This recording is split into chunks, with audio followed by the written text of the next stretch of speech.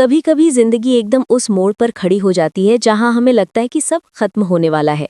लेकिन उसी वक्त किस्मत अचानक दरवाजा खोलकर कहती है, रुको, अभी असली खेल तो शुरू हुआ है। ठीक वैसा ही इस कहानी में होने वाला है, जहां एक लड़की की जिद, एक लड़के का डर, एक पिता का फैसला और कुछ अनकहे राज किसी के करियर, किसी के परिवार और किसी के दिल की दिशा बदलने वाले हैं। और हाँ, अगर आपने ये कहानी अभी तक पूरी नहीं सुनी है तो यकीन मानिए, आप वो रहस्य मिस कर देंगे जो आपकी धड़कनें बढ़ा देगा। इसलिए सुनते रहिए। और अगर आपको ऐसी कहानियां पसंद आती हैं तो ज़रूर हमें सपोर्ट करते रहिए। चलिए शुरू करते हैं कहानी का पहला अध्याय। कहानी शुरू होती है उस रोज की शाम से, जब हवा में हल्की नमी थी, जैसे बादलों ने भी आज किसी तूफान का इशारा किया हो। वही तूफान जो लोगों के दिलों में उठने वाला था। ऑफिस के गलियारे में हल्की हल्की आवाजें गूंज रही थीं। सबके बीच एक ही चर्चा थी कि अब मीरा मैडम की जगह किसे हायर किया जाएगा। पर जैसे ही ये सवाल किसी ने जोर से पूछा, मीरा मैडम की जगह किसे हायर करना है, जवाब पिछली दीवार से टकराकर लौट आया, किसी को नहीं, मीरा की जगह कोई नहीं रह सकता। ये जवाब था आर्या का, तेज, दृढ़ और किसी हद तक डर से भरा हुआ। डर इस बात का कि कहीं वो लड़की जो उसकी कंपनी की जान थी, हमेशा के लिए उससे दूर ना चली जाए। उधर दूसरी तरफ अनु की जिंदगी भी किसी रोलर कोस्टर से कम नहीं चल रही थी। वो सीधी सादी, मेहनती और सपनों से भरी लड़की, जिसके दिल में कई सवाल थे, कई दुविधाएं थी और एक बड़ा सच जिसे वो आज आर्या को बताने वाली थी। लेकिन कहानी इतनी आसान कहाँ होती है। किस्मत ने हमेशा की तरह बीच में अपने पत्ते फेंकने ही थे। आर्या एक तरफ अपनी सारी हिम्मत समेटकर अनु को अपने दिल की बात बताने जा रहा था। उसके दिल की धड़कनें बढ़ी हुई थी। उसे डर था कि कहीं वो पल फिर हाथ से ना निकल जाए। लेकिन अनु भी उसी वक्त सोच रही थी कि आज वो सच बताएगी कि उसने आर्या को मैसेज करके नहीं बुलाया था, बल्कि विपिन और सिमरन ने उसे धोखे से बुलाया था। और यहीं से इस कहानी की पहली टक्कर होती है दो दिलों के बीच। जैसे ही दोनों आमने सामने खड़े हुए, हवा में एक अनकही बेचैनी तैरने लगी। अनु के होंठ कांप रहे थे और आर्या की आंखों में एक अजीब डर था। आर्या बोला, अनु प्लीज कुछ मत कहना अभी, मुझे एक जरूरी बात कहनी है, वरना अगर तुमने पहले कुछ बोल दिया तो मैं कभी नहीं कह पाऊंगा। उसकी आवाज में भारीपन था, जैसे वो सिर्फ एक बात नहीं बताना चाहता था, बल्कि अपना दिल खोल कर रख देना चाहता था। अनु ने कांपती हुई आवाज में कहा, सर, मेरी बात पहले सुन लीजिए। हो सकता है आपकी बात सुनने के बाद मैं कुछ बोल ही ना पाऊं, इसलिए मुझे पहले बोलने दीजिए। और बस यहीं से कहानी ने करवट ली। अनु ने गहरी सांस ली और कहा, सर, मैं नई जॉब पकड़ने वाली हूँ। मेरे पापा ने मना कर दिया है आपकी कंपनी में वापस आने से। वो नई कंपनी से बात कर चुके हैं। और फिर उसने वो सच बताया जिसने आर्या की सांसें रोक दी। सर, आपको मैंने नहीं बुलाया था, आपको सिमरन और विपिन ने मैसेज किया था। आर्या कुछ पल खामोश हो गया, फिर बोला, अनु, मैं तुम्हारे हर फैसले में तुम्हारे साथ हूँ। ये वाक्य अनु के लिए जितना सुकून भरा था, उतना ही भारी था, क्योंकि वो जानती थी कि उसका फैसला उसके दिल के खिलाफ था। अनु बोली, सर, आप कुछ कहने आए थे? आपने कहा था कि जरूरी बात है। आर्या मुस्कुराया, वो मुस्कान जो दुख छिपाने की कोशिश में उभरती है। अभी सही वक्त नहीं है अनु, हो सकता है सही वक्त बाद में आए। और उस दिन अगर तुम मुझे फिर से मिली तो शायद मैं वो बात कह दूं जो आज कहने आया था। यही वो पल था जब कहानी ने एक और मोड़ लिया। अनु के मन में बवंडर उठ गया। वो सोचने लगी कि आखिर आर्या क्या कहना चाहता था। क्या वो वही बात थी जो उसकी धड़कनें सुनते सुनते समझने की कोशिश कर रही थी? लेकिन किस्मत को अभी खेल खत्म नहीं करना था। अनु गुस्से में सिमरन और विपिन के पास दौड़ी, उन दोनों पर बरसी। तुम दोनों ने ये किया? मेरी हिम्मत कैसे हुई ऐसा करने की? उसका स्वर तेज था और आंखों में आंसू। सिमरन भी गुस्से में चली गई, लेकिन अनु का दिल अभी भी फंसा था उस फोन कॉल, उस अधूरी बात में जो आर्या कहना चाहता था। उधर आर्या के घर में भी माहौल बदला हुआ था। उसकी माँ बोली, आर्या, अप्पे से मैं आज मिली। उन्होंने कहा कि वो लड़की तुम्हारी जिंदगी में आ चुकी है, जो आने के बाद हमारे सारे दुख दर्द दूर हो जाएंगे। आर्या के चेहरे पर दर्द तैर गया। माँ, जिस लड़की को मैं लाना चाहता हूँ वो आना ही नहीं चाहती। वो बस इतना ही कह पाया। कहानी के धागे एक दूसरे में उलझते जा रहे थे। सिमरन को मनाने के लिए अनु ने सॉरी कहा, लेकिन सिमरन बोली, ठीक है, सॉरी तब मानूंगी जब तू अभी आर्या सर को फोन करेगी और पूछेगी जो बात आप कहना चाहते थे वो क्या थी, अभी बताइए। और मजबूरी में अनु ने फोन मिलाया। जैसे ही फोन बजा, आर्या ने उठाया और बोला, शायद गलती से लगा होगा, मैं काट देता हूँ।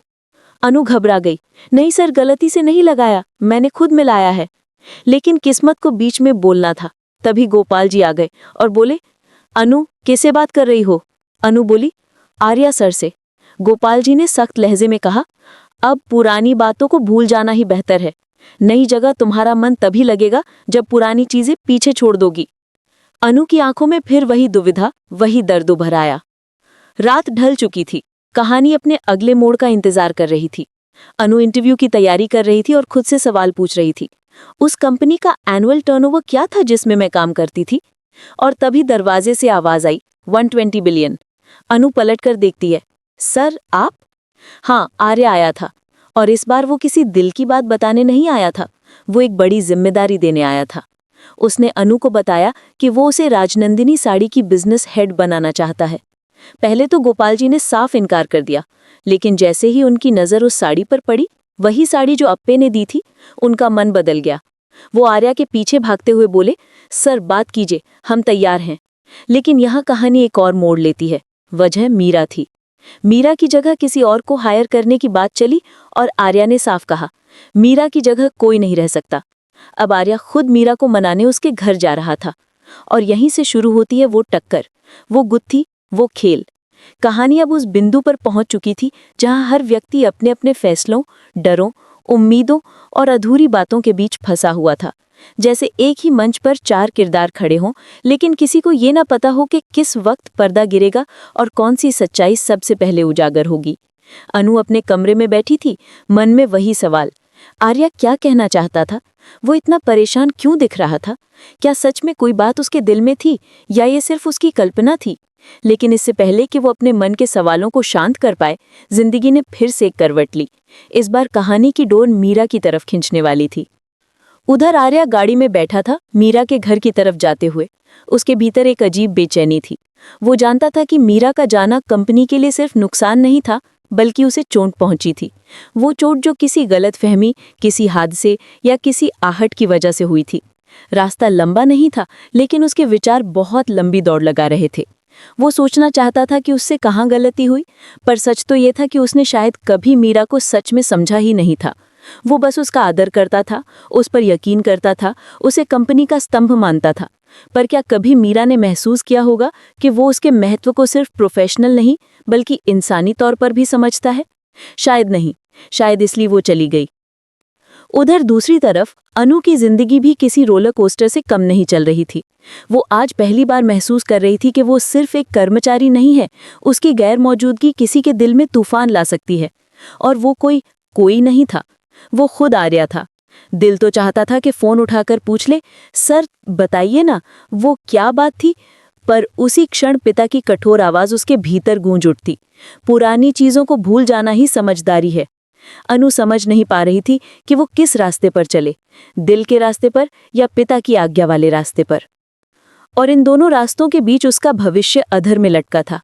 उधर सिमरन और विपिन दोनों ही चुप थे। सिमरन को कहीं ना कहीं महसूस हो रहा था कि उसने दोस्ती में थोड़ा ज्यादा दखल दे दिया था, पर उसका दिल यही कहता था कि अनु और आर्या के बीच जो बात है उसे पूरा होने देना चाहिए। लेकिन जब किसी की जिंदगी में सीमाओं से ज्यादा कदम डाल दिया जाए तो रिश्ता रूठ ही जाता है। वहीं विपिन अपना माथा पकड़े बैठा था, क्योंकि उसे पता था कि जब भी दोस्ती में दिल की बात शामिल हो जाती है, कहानी हमेशा उलझ जाती है। आर्या कार पार्क करके मीरा के घर के सामने खड़ा था। उसकी सांसें तेज हो चुकी थी। वो हाथ उठाता, फिर वापस गिरा देता।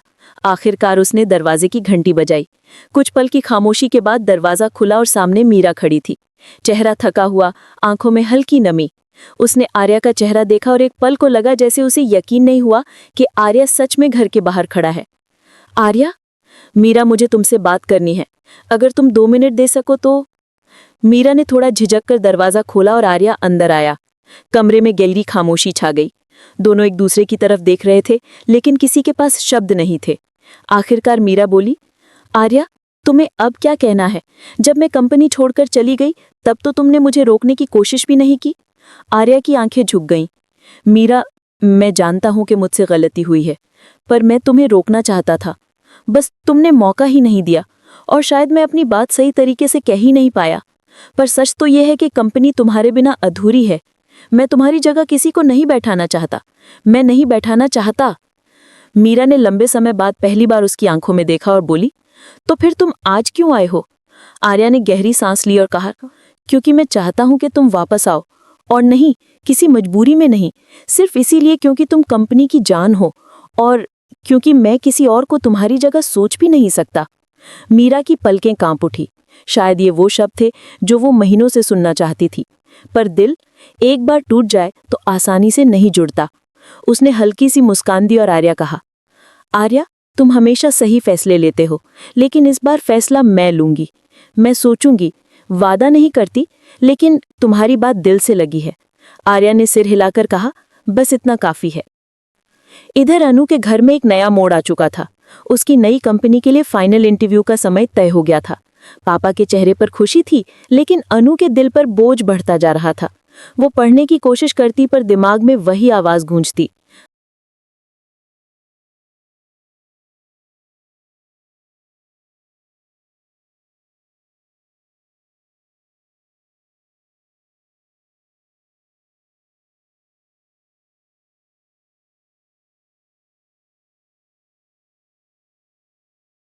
कहानी अब उस कगार पर थी जहां फैसले सिर्फ करियर नहीं बदलते, बल्कि दिलों के रास्ते भी मोड़ देते हैं। जैसे कोई अदृश्य शक्ति तीनों की जिंदगी को अलग अलग दिशाओं से खींच रही हो, कभी किसी को आगे बढ़ाती, कभी पीछे ढकेलती, और कभी एक ही जगह रोककर खड़े खड़े सोचने पर मजबूर कर देती। सुबह की हल्की धूप कमरे में घुस आई थी, लेकिन अनु की आंखों में अभी भी वही रात की उदासी थी। वो आईने में खुद को देखती और सोचती, क्या मैं सच में सब छोड़ दूं? क्या बिना जाने कि सर क्या कहना चाहते थे मैं चली जाऊं? लेकिन तभी उसके पापा की आवाज आई, अनु, जल्दी तैयार हो जाओ, आज नई कंपनी के साथ मीटिंग है। आवाज में उत्साह था, लेकिन अनु के दिल में एक भारीपन जिसे वो छुपा नहीं पा रही थी। उधर ऑफिस में माहौल और भी अजीब था। सबकी नजरें हर वक्त दरवाजे की तरफ रहती, कहीं अनु आ जाए, कहीं मीरा आ जाए। एक ही कंपनी का फर्श दो अलग किस्म की वापसी का इंतजार कर रहा था। आर्या के कमरे में चंदू बैठा था और लगातार टेबल पर पेन ठूक रहा था। सर, ये सब क्या हो रहा है? दो दो हेड, दो दो पावर, लोग कह रहे हैं कंपनी में फिर से झगड़ा होगा। आर्या ने धीमे से कहा, चंदू, कभी कभी लोग ये भूल जाते हैं कि प्रोफेशनल वॉर असल में वॉर नहीं होता, वो बस क्षमता की टक्कर होती है, और इस टक्कर से दोनों चमकते हैं। फिर वो खिड़की की तरफ मुड़ा और हल्के स्वर में बोला, असली लड़ाई तो दिल में चल रही है चंदू, जो किसी को दिखाई नहीं देती। चंदू ने उसे गौर से देखा। सर, आप अनु मैडम के लिए टेंशन ले रहे हो ना? आर्या चौंका। तुम्हें कैसे पता? सर, मैं आपका असिस्टेंट हूँ। आपकी सांसों की आवाज से भी पता चल जाता है कि आप किस बात पर परेशान हो। आर्या हंस पड़ा, पहली बार दिल से, लेकिन उस हंसी के पीछे एक थकान थी। उसी समय उधर मीरा अपने कमरे में फाइलें फैलाकर बैठी थी। उसने अब तक कोई अंतिम फैसला नहीं किया था। उसके मन में दो आवाजें चल रही थी। एक कहती, वापस जा, जहां तेरी मेहनत की कीमत है। दूसरी आवाज कहती, नहीं, तूने वहां से चोट खाई है, अब क्यों जाए? पर बीच बीच में आर्या के शब्द उसके कानों में गूंजते, मीरा, तुम्हारी जगह कोई नहीं ले सकता। इस वाक्य ने उसके अंदर एक पुरानी आग जगा दी थी। उसे याद आया कितना संघर्ष करके उसने वो पद हासिल किया था, कैसे दिन रात मेहनत की थी, कैसे उसने अपनी पहचान बनाई थी। और फिर उसने एक लंबी सांस लेते हुए सोचा, शायद अब वापस जाना चाहिए, अपने लिए। इधर अनु अपनी मीटिंग की तैयारी कर रही थी, लेकिन मन हर दूसरे क्षण भटक जाता। सामने पड़े पन्ने धुंधले हो जाते।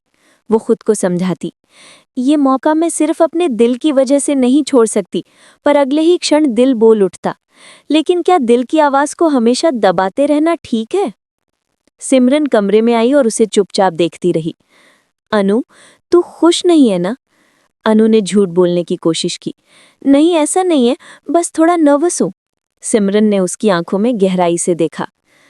अनु, फैसले दो तरह के होते हैं, एक वो जो हमें दुनिया के लिए लेने पड़ते हैं, और दूसरे वो जो हमें खुद के लिए लेने चाहिए। तू कौन सा फैसला लेने वाली है? अनु का गला भर आया। पता नहीं सिमरन, सच में नहीं पता। उसी समय किस्मत ने अपना सबसे बड़ा मोड़ रख दिया। आर्या को एक कॉल आया, गोपाल जी का। आर्य सर, मैं चाह रहा था कि। आर्य ने हैरानी में पूछा, आप ये सब क्यों कह रहे हैं? गोपाल जी बोले, क्योंकि मैंने आज अनु की आंखों में पहली बार डर देखा, और वो डर नौकरी का नहीं था, वो डर था खो देने का। आर्या का दिल जैसे एक पल को थम गया। उसे महसूस हुआ कि शायद अनु भी उसी उलझन से गुजर रही थी जिससे वो खुद गुजर रहा था। उधर अनु जिस मीटिंग के लिए जा रही थी, उसके रास्ते में ही भाग्य ने एक और शरारत कर दी। तेज हवा चली और उसकी फाइलें उड़कर सड़क पर फैल गईं। अनु झुककर उन्हें इकट्ठा कर रही थी कि अचानक एक कार उसके पास आकर रुकी। वो आवाज, वही आवाज जिसने पिछले कई दिनों से उसके दिल को उलझा कर रखा था। अनु, तुम्हारी फाइलें उड़ी हैं, तुम्हारा मन नहीं। अनु ने चौंक कर ऊपर देखा। आर्या उसके सामने खड़ा था। सर, आप यहाँ? हाँ, क्योंकि मुझे लगता है कि अब सही वक्त आ गया है वो बात कहने का जो मैं उस दिन कह नहीं पाया था। अनु के हाथ कांप गए, हवा एकदम थम गई, सड़क शोर में भी शांत हो गई। सर, कौन सी बात? उसकी आवाज बेहद धीमी थी। आर्या ने गहरी सांस लेते हुए कहा, अनु, मैं तुम्हें रोकना नहीं चाहता, पर खोना भी नहीं चाहता। तुम सिर्फ मेरी टीम का हिस्सा नहीं हो, तुम वो कारण हो जिसकी वजह से मैं पिछले कई महीनों से अपनी जिंदगी अलग ढंग से देखने लगा हूं। मैं तुम्हें पसंद करता हूं अनु, बहुत ज्यादा। ये सुनते ही अनु का दिल एक झटके से धड़क उठा। उसके दिल में दबा हुआ तूफान अब बाहर आने को तैयार था। सर, मैं। नहीं अनु, मुझे मत रोको, आज मैं सब बोल दूंगा। आर्या की आवाज में सच्चाई थी। मैं ये नहीं कह रहा कि तुम मेरे लिए अपनी जिंदगी बदल दो, मैं सिर्फ इतना कह रहा हूं कि अगर तुम्हारे मन में भी थोड़ा सा, सिर्फ थोड़ा सा भी कुछ है, तो नई नौकरी के फैसले से पहले बस एक बार सोच लेना। अनु की आंखों में आंसू आ गए। वो बोली, सर, मैंने सोचा था आप कभी ये नहीं कहेंगे। आर्या मुस्कुराया। तभी कभी सही बात कहने में वक्त लग जाता है। उसी समय सिमरन और विपिन दूर से ये दृश्य देखकर भावुक हो गए। सिमरन ने धीमे से कहा, देख विपिन, प्यार कभी गलत नहीं होता, बस वक्त कभी कभी गलत हो जाता है। अनु और आर्या दोनों कार के पास खड़े थे। अनु ने अपने आंसू पोंछते हुए कहा, सर, मैं कोई वादा नहीं कर सकती, लेकिन मैं नए शहर नहीं जा रही। आर्या की आंखों में चमक आ गई। बस इतना काफी है। उधर मीरा ने अपना फैसला कर लिया था। उसने आर्या को मैसेज भेजा, मैं ऑफिस आ रही हूँ, जो होना है वहीं से शुरू होना चाहिए। और उस दिन पहली बार ऐसा होने वाला था कि तीनों, मीरा, अनु और आर्या, एक ही छत के नीचे, एक ही वक्त, एक ही कहानी के तीन अलग कोने बनकर मिलने वाले थे। जब अनु ऑफिस पहुंची, लोगों की नजरें उस पर जम गई, कानाफूसियां शुरू हो गई। वो वापस आ गई, अब क्या होगा? लेकिन अनु के कदम मजबूत थे। वो अपने चेहरे पर हल्की मुस्कान लिए वॉक कर रही थी। उधर मीरा भी उसी वक्त अंदर आई। ऑफिस में हलचल बढ़ गई। और फिर वो पल आया जो सबको हैरान करने वाला था। मीरा और अनु एक दूसरे के सामने खड़ी थीं। कुछ सेकंड की खामोशी, और फिर अनु ने सबसे पहले हाथ बढ़ाकर कहा, welcome back Meera ma'am. Meera ने एक पल उसे देखा और फिर मुस्कुराकर उसका हाथ थाम लिया। थैंक यू अनु, लगता है आज से हम दोनों एक नई शुरुआत करेंगे। कर्मचारियों ने राहत की सांस ली। दो तलवारें आज टकराने नहीं, साथ चमकने वाली थीं। और फिर आर्या कमरे में आया। उसने दोनों को देखा और बोला, मैंने हमेशा कहा था कि मीरा की जगह कोई नहीं ले सकता, और अनु, तुम्हारी जगह भी कोई नहीं ले सकता। दोनों ने एक दूसरे की तरफ देखा और पहली बार महसूस हुआ कि ये जंग नहीं, ये साझेदारी है। कहानी अब वहां पहुंच चुकी थी जहां दिल, करियर और किस्मत एक साथ खड़े थे। अनु ने गहरी सांस ली। आर्या मुस्कुरा रहा था। मीरा मजबूत होकर वापस आ चुकी थी। कंपनी के लिए ये नई उड़ान की शुरुआत थी और उनके दिलों के लिए एक नई कहानी की। और यहीं पर ये अध्याय खत्म होता है, लेकिन हर अंत में एक नई शुरुआत होती है। और अगर आप इस कहानी की अगली यात्रा, इसके नए मोड़, नए राज और नए रिश्तों की परतें देखना चाहते हैं तो जुड़े रहिए, क्योंकि कहानी अभी बाकी है।